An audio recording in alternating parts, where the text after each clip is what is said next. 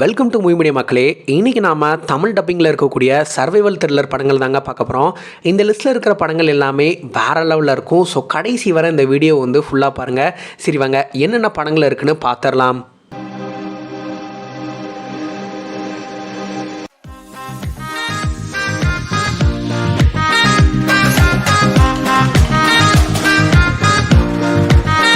Next பார்த்தீங்கன்னா 2023 release ஆன நோவர் படம் தான். இந்த படத்தோட மெயின் பிளாட்னு பார்த்தீங்கன்னா, நம்ம கதையோட ஹீரோயின் வந்து ப்ரெக்னெண்ட்டாக இருக்காங்க.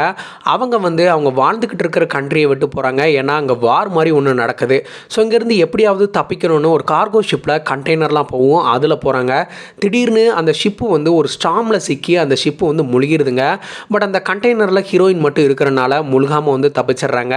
பட் அந்த ஸ்டாம்னால் அந்த கண்டெய்னர்லேயும் அங்கங்கே டேமேஜ் ஆகிடுது. பட் இவங்க நடு கடலில் வந்து மாட்டிக்கிறாங்க. இதுக்கப்புறம் இவங்க தப்பிச்சாங்களா இல்லையா, அதுதான் அந்த படத்தோட மொத்த கதைங்க. நல்ல கிரிப்பிங்கான ஸ்டோரி அண்ட் ஸ்க்ரீன் ப்ளே, நல்ல ஒரு டிஃப்ரெண்ட்டான அட்டம்ப்ட்டுங்க. சிஜி விஎஃப்எக்ஸ் ஒர்க்ஸ்லாம் செம்ம ரியலிஸ்டிக்காக இருந்தது.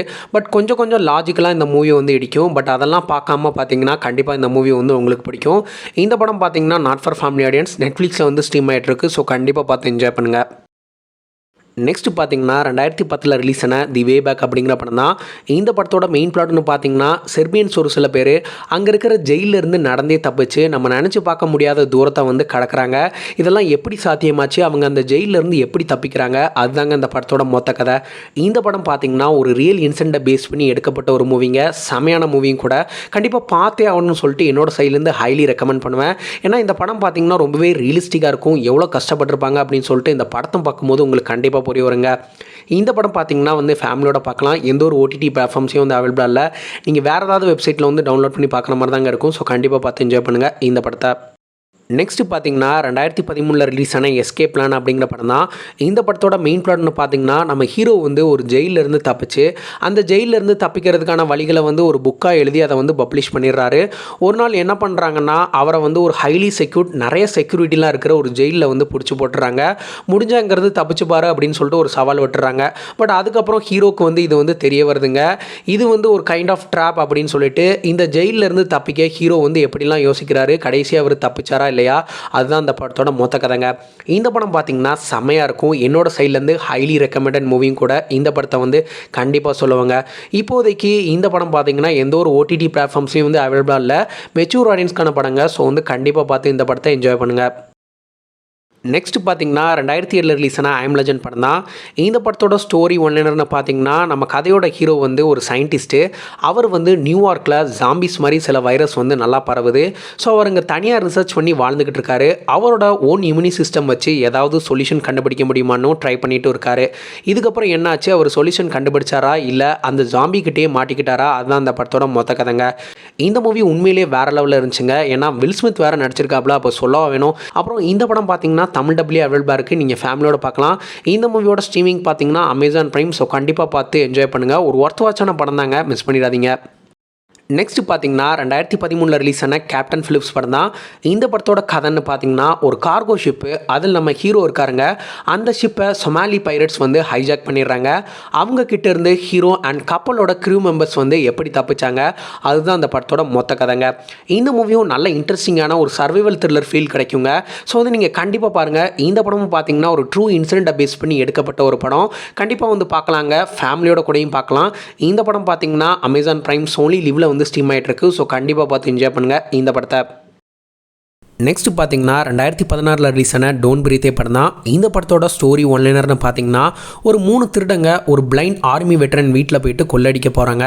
இவங்க அந்த வீட்டில் கொள்ளை அடித்தாங்களா, அந்த பிளைண்ட் மேனை ஏமாற்றி, அதுதான் அந்த படத்தோட பிளாட்டுங்க. நீங்கள் சீட்டட் த்ரில்லர் மூவிஸ்லாம் விரும்பி பார்ப்பீங்கன்னா அப்போ இந்த படம் உங்களுக்கு தாங்க. அந்தளவுக்கு வந்து எல்லா சீன்ஸுமே வந்து பரபரப்பாக இருக்கும். அந்த பிளைண்ட் ஓல்ட் மேன் கேரக்டரில் வந்து நடித்தவரை வந்து வேறு லெவலில் ஆக்ட் பண்ணியிருப்பார். இந்த மூவியில் ஸ்க்ரீன் பிளே, ஸ்டன் சீனு எல்லாமே வந்து தரமாக இருக்கும். கண்டிப்பாக ஒரு பார்க்க வேண்டிய படம். இந்த படம் பார்த்தீங்கன்னா அமேசான் பிரைமில் ஸ்ட்ரீம் ஆகிட்டு இருக்கு. ஃபேமிலியோட கண்டிப்பாக பார்க்க முடியாதுங்க. ஸோ வந்து தனியாகவே பார்த்து என்ஜாய் பண்ணுங்கள் இந்த படத்தை. நெக்ஸ்ட் பார்த்தீங்கன்னா 2012 ரிலீஸ் ஆன லைஃப் ஆஃப் பை அப்படிங்கிற படம் தான். இந்த படத்தோட ஸ்டோரி ஒன்லைனர்னு பார்த்தீங்கன்னா நம்ம கதையோட ஹீரோ வந்து ஃபேமிலியோட ஷிப்பில் போயிட்டுருக்காரு. அப்போ அந்த ஷிப்பு ஆக்சிடென்ட் ஆகி முழுகிருதுங்க. அதுலேருந்து தப்பிச்ச நம்ம ஹீரோ ஒரு போட்டில் ஏறிடுறாரு. அதுக்கப்புறம் என்ன மாதிரியான விஷயங்கள்லாம் சந்திச்சார், எப்படிலாம் சர்வே பண்ணார், அதுதான் அந்த படத்தோட மொத்த கதைங்க. இந்த மூவி வந்து லைஃப் ஆஃப் பை அப்படிங்கிற ஒரு நாவலை பேஸ் பண்ணி தாங்க எடுத்திருப்பாங்க. அது மட்டும் இல்லாமல் இந்த மூவி 4 ஆஸ்கர் அவார்டு வாங்கியிருக்கு.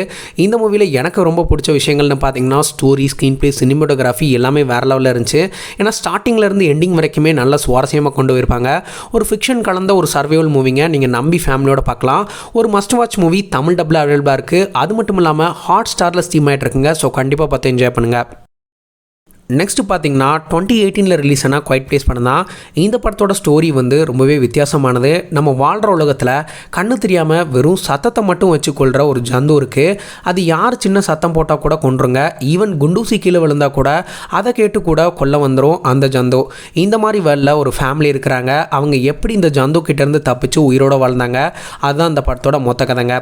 சத்தியமாக சொல்கிறேன், இந்த மாதிரி ஒரு படத்தை வந்து பார்த்து வந்து ரொம்பவே ஸ்டன் ஆகிட்டேன். அந்தளவுக்கு வந்து ஒரு தரமாக இருக்குங்க. ஸ்க்ரீன் பிளே, விஷுவல்ஸ்னு சொல்லிட்டு எல்லாமே தரமாக இருந்தது இந்த படத்தில். அது மட்டும் இல்லாமல் இந்த படத்தில் பார்த்தீங்கன்னா டைலாகே இருக்காது. சைன் லாங்குவேஜில் தான் வந்து முழுக்க பேசுவாங்க. என்னோட சைட்லேருந்து ஹைலி ரெக்கமெண்டட். இந்த படம் பார்த்தீங்கன்னா நெட்ஃப்ளிக்ஸ், அமேசான் பிரைம், ஜியோ சினிமாவில் ஸ்ட்ரீம் ஆகுது. மெச்சூர் ஆடியன்ஸ்க்கான மூவிங்க. ஸோ கண்டிப்பாக பார்த்து என்ஜாய் பண்ணுங்கள். நெக்ஸ்ட் பார்த்தீங்கன்னா 2024 ரிலீஸ் ஆன குட் லைஃப் படம் தான். இந்த படம் பார்த்தீங்கன்னா ஒரு ரியல் இன்சிடென்ட்டை பேஸ் பண்ணி எடுக்கப்பட்டது தாங்க. படத்தோட பிளாட்னு பார்த்தீங்கன்னா நம்ம ஹீரோ குடும்ப கஷ்டத்தை சமாளிக்க கல்ஃப் கண்ட்ரிக்கு வந்து வேலைக்கு போகலான்னு பிளான் பண்ணுறாரு. ஒரு ஏஜென்ட் மூலமாக காசு எல்லாம் கட்டி ஜாப் எல்லாம் கல்ஃப் கண்ட்ரியில் ரெடி பண்ணிடுறாரு. அங்கே துபாய் போனப்பறம் தாங்க தெரிய வருது இவரை நல்லா ஏமாற்றிட்டாங்கன்னு.